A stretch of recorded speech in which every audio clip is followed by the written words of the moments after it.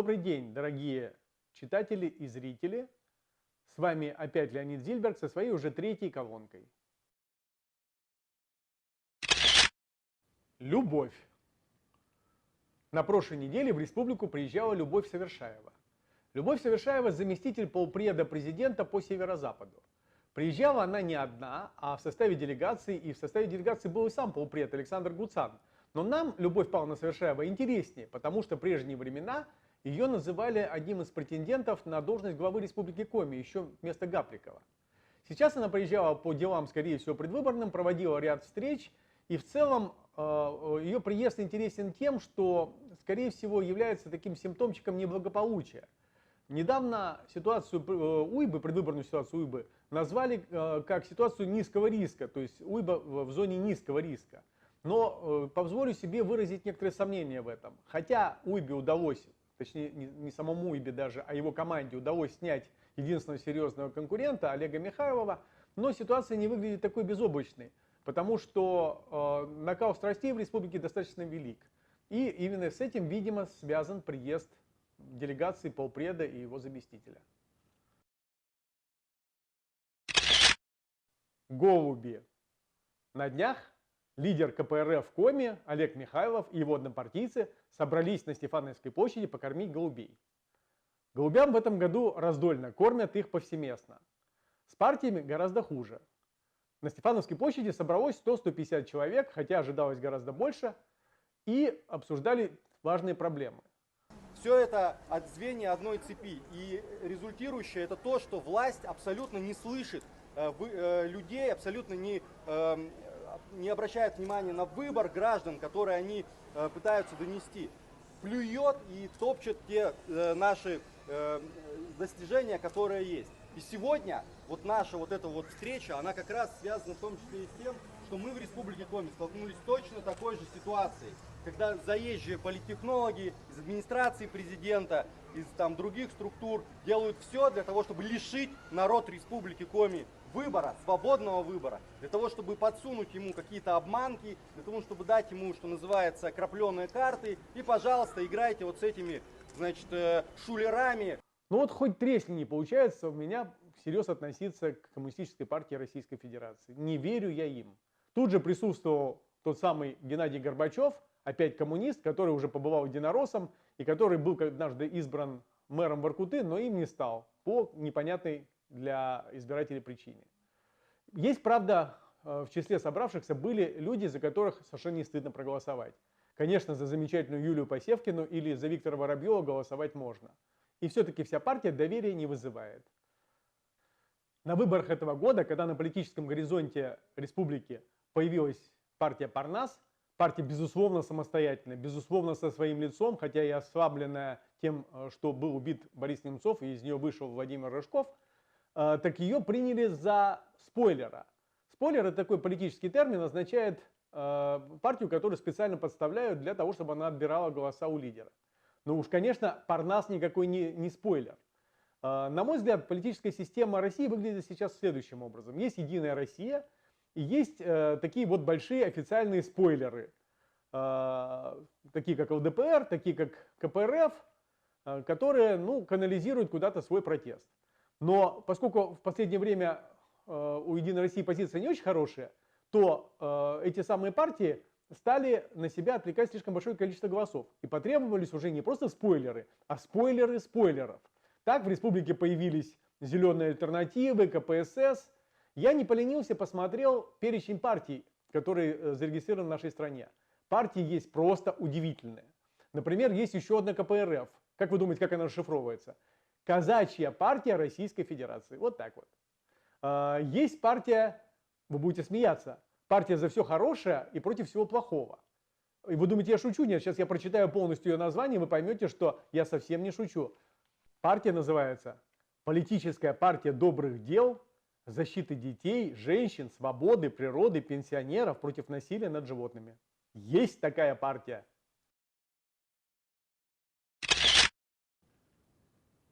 Свежие булочки. Часто приходится слышать и от участников избирательной кампании, и от тех, кто будет когда-то голосовать и придет на избирательные участки, что все эти избирательные кампании стали неинтересными, никому не нужными. Нету никаких новых лиц, нету свежих идей, нет вообще ничего. Кампания высушена до предела, и участники ее жалуются на полное отсутствие денег в том числе. Денег, говорят, нету даже у самой «Единой России», а что уж говорить про все остальные избирательные объединения. Но я вот попробую привести вот такую аналогию. Представим себе некий странный город, где то ли горожане, то ли власти взяли и бульдозером снесли все пекарни.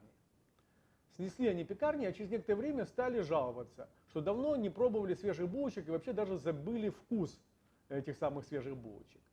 Так вот, и вот эти самые свежие лица, и свежие идеи, и хорошие кандидаты, они не появляются сами по себе. Они выпекаются в ходе конкурентных избирательных процессов. Если мы прекратили конкуренцию, запретили эту конкуренцию, то неоткуда взяться этим свежим лицам. И закономерно мы получаем какую-то заплесневелую и засохшую продукцию из Москвы. Анатомия фальсификаций. Вы видите фотографию красивой рыжеволосой женщины. Это Елена Шабаршина, бывшая председатель избиркома Коми. Сейчас она находится в местах не столь отдаленных. Но это не значит, что фальсификации в республике Коми, фальсификации выборов, я имею в виду, прекратились. Сейчас я вам расскажу, как они будут осуществляться после 13 сентября. Откуда я это знаю? Ну, давайте считать, что я это сам придумал, потому что ответить подробнее я вряд ли смогу. Итак, все комиссии будут разделены на рабочие и нерабочие. Это такая терминология. Рабочие комиссии – это там, где можно будет что-то сделать. Нерабочие, ну, сами понимаете, там сделать ничего будет нельзя. На каждую комиссию в республике выделяется 100 тысяч рублей. Это немного, ценят нас в республике недорого. Я знаю, что в Петербурге на выборах цена доходила до миллиона, а у нас всего 100 тысяч. Как она будет распределяться? Но это чаще всего по мнению, по решению председателя комиссии. Дальше. Производство тут безотходное. Один из кандидатов, липовых кандидатов в главы, является также ответственным за, это называется, сверка списков. Ну а более подробно это голосование мертвых душ. Вот примерно как все это будет строиться. Пока вы меня не убьете, других выборов не будет. Республика рассвета, говорите? Прокукарекай-то прокукарекано, а там хоть и не расцветай. Грабли.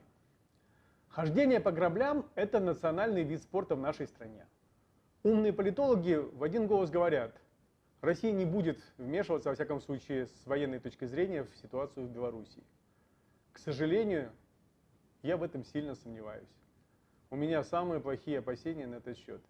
Ситуация в Беларуси развивается динамично, и весь опыт российской истории заключается в том, что мы неизменно в такие ситуации влезали. Боюсь, что влезем в этот раз. Несмотря на то, что весь опыт вот такого рода присоединений, поглощений, он очень плох. Достаточно вспомнить, что каждый раз, когда какие-то территории, населенные людьми с другой идентичностью, входили, будь то в Советский Союз, будь то в Российскую империю, потери нашей страны были всегда больше. То есть уходили эти территории, и вместе с ними уходили территории, которые могли бы остаться. Так была присоединена Западная Белоруссия, Западная Украина, так была присоединена Прибалтика, и именно это, на мой взгляд, является причиной распада СССР. Так неуступчивость белогвардейцев, которые ни за что не хотели договариваться с Пилсудским в Польше и с Маннергеймом в Финляндии, обернулась распадом Российской империи, так как окраины получили лживые, как мы знаем, гарантии со стороны советской власти, но тем не менее они их получили и помогать белогвардейцам не стали. Остановитесь! Остановитесь! Остановитесь! Остановитесь! Так повторяется раз за разом, и я боюсь, что соблазн вмешаться в ситуацию будет слишком велик. Царь Никита. Царь Никита жил когда-то. Праздно, весело, богато, не творил добра и зла, и земля его цвела. Все-таки великие поэты видят что-то в тумане грядущего. Александр Сергеевич Пушкин, конечно же, очень великий поэт, и он что-то, несомненно, прозревал. Ну, подумайте сами, можно ли придумать более неподходящее имя для будущего правителя России? Никита. И вот Александр Сергеевич в своей шутливой поэме о царе Никите и 40 его дочерях выводит царя Никиту. И представьте себе, проходит 100 с лишним лет, и правитель России Никита появляется. Вышел новый журнал «Дилетант», посвященный Никите Сергеевичу Хрущеву. Журнал «Дилетант» выпускается, он связан с редакцией радио «Эхо Москвы», но этот журнал особенно близок и дорог мне тем, что я косвенно поучаствовал в его возникновении. Когда в Сыктывкар приезжал Алексей Венедиктов, я сказал, что вот неплохо было бы выпустить журнал, посвященный Хрущеву и с подписью «Лучший правитель России». Я действительно считаю, что в 20 веке лучшего правителя России, чем Никита Сергеевич Хрущев, не было. Но, как обычно в российской истории, самый лучший, самый эффективный и самый гуманный правитель за весь 20 век, он подвергся насмешкам и оказался скорее персонажем комическим. Мы удивительным образом способны забывать о том, что именно при нем были освобождены сотни тысяч, если не миллионы заключенных. Именно при нем Советский Союз реально сравнялся в своей экономической мощи с Западом, а во многом и превзошел Запад. При нем полетел Гагарин. В общем, достигнуто то, что не было достигнуто никогда. Причем, если раньше, в других случаях, Россия или Советский Союз добивался каких-то успехов на фоне порабощения и снижения свобод, то впервые, можно сказать, за всю историю вот эти вот успехи и эти достижения, они сопровождались либерализацией, освобождением. То есть при всех своих недостатках, при своей малообразованности Никита Сергеевич Хрущев не был человеком злонамеренным. И это очень важно. Он реально верил в то, что можно добиться в соревновании с капиталистическим миром, можно добиться победы социализма, экономической победы, мирной победы.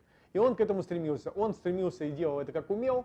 Умел это он, в общем, не так уж и плохо. Все говорят, что он был страшно хитрый, вот малообразованный, но хитрющий. И, к сожалению, запомнился он нам какими-то своими дурацкими экспериментами с кукурузой. И меньше всего мы способны оценивать его гигантский прорыв, вот этот вот вывод миллионов людей из бараков и привод их, да, в неудобные по нашим сегодняшним понятиям, но все-таки отдельные квартиры, которые мы сегодня презрительно называем хрущевки. Вот этот номер, и я всем рекомендую этот свежий номер журнала «Дилетант» про Никиту Сергеевича Хрущева.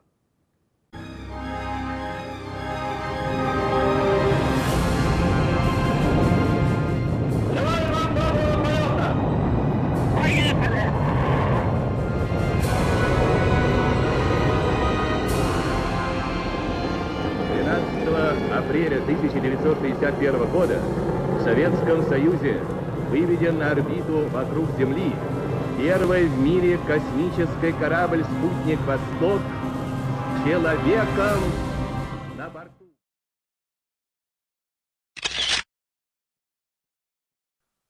Обратная связь. Это была уже третья колонка издателя, и должен сказать, что заходит она совсем неплохо. И количество просмотров на всех социальных сетях и во всех источниках, видимо, достигнет 10 тысяч. А это означает, что если вы будете присылать мне ваши материалы, ваши истории, ваши видео, ваши фотографии, ваши сюжеты, то есть возможность, чтобы их увидели тысячи и тысячи людей. Я надеюсь, что количество просмотров будет еще увеличиваться. На экране вы можете увидеть адрес моей электронной почты. Я жду ваших материалов. Спасибо, до свидания. Я уже попрощался, но возвращаюсь, чтобы сказать одну очень важную вещь. Все внимательно следим за ситуацией в Белоруссии. Возможно, происходящее в Белоруссии важно для нашего будущего.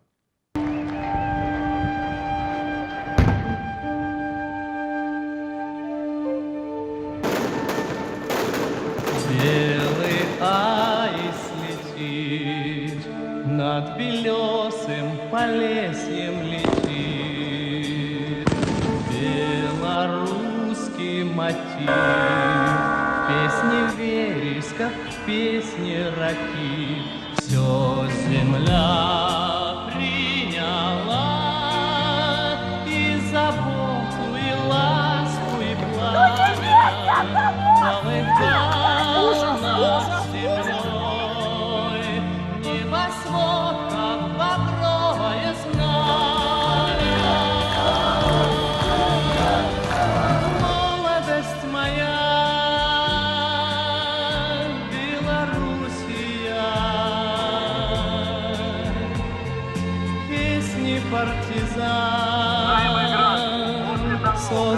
да туман.